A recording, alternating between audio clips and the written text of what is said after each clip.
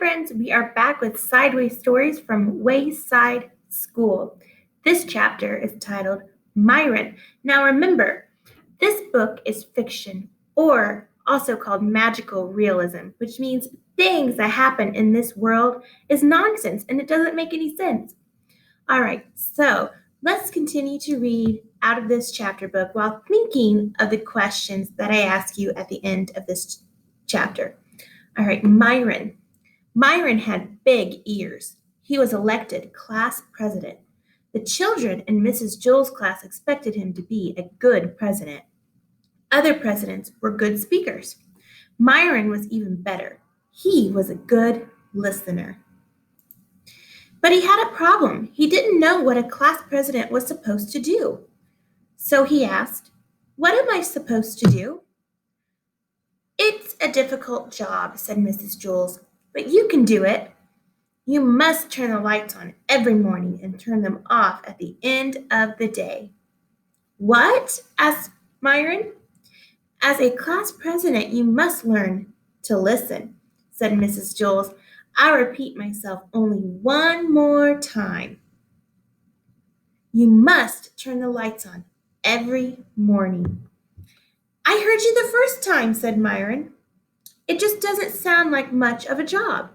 "It certainly is," said Mrs. Jules. "Without light, I can't teach, and the children can't learn."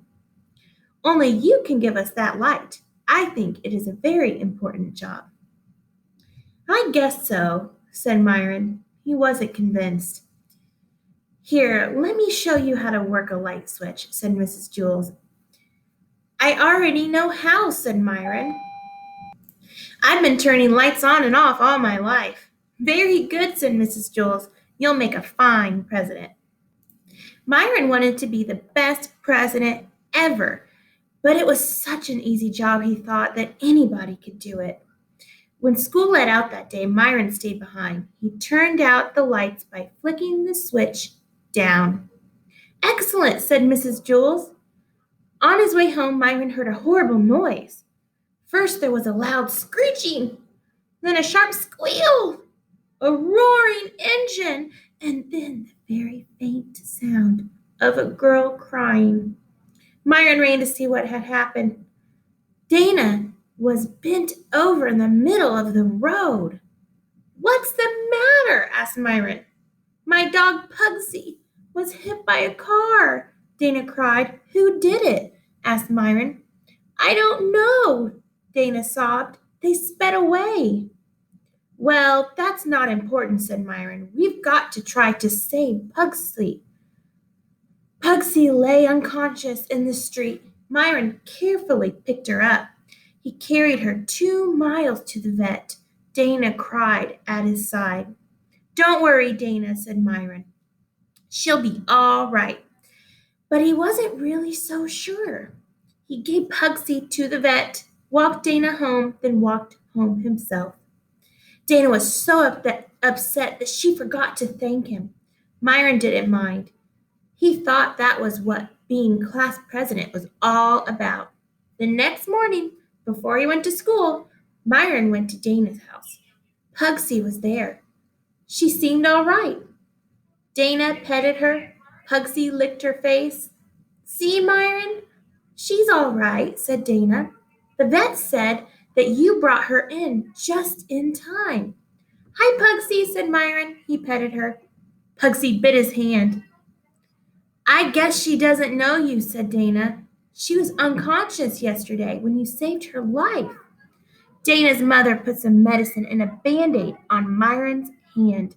Then she drove the child to school.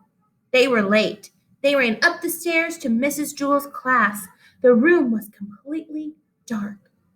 "It's about time you got here, Myron," said Mrs. Jewel. "We have no lights."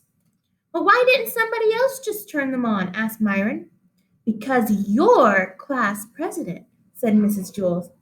"Show Stephen how to work the lights. From now on, he will be class president." Myron showed Stephen how to turn on the lights. He flipped the switch up. At the end of the day, Myron showed Stephen how to turn the lights off. He flicked the switch down.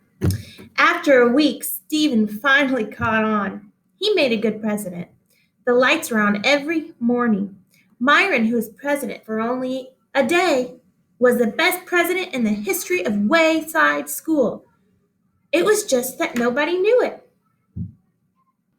And now for some questions. What was Myron's responsibility as class president?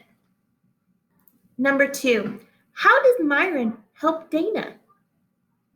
Number 3, what happens when Dana and Myron arrive at school the next day?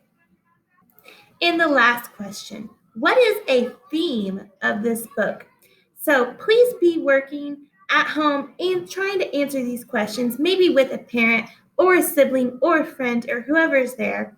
That will help you learn more about these types of books, which are realist or magical realism or fiction books.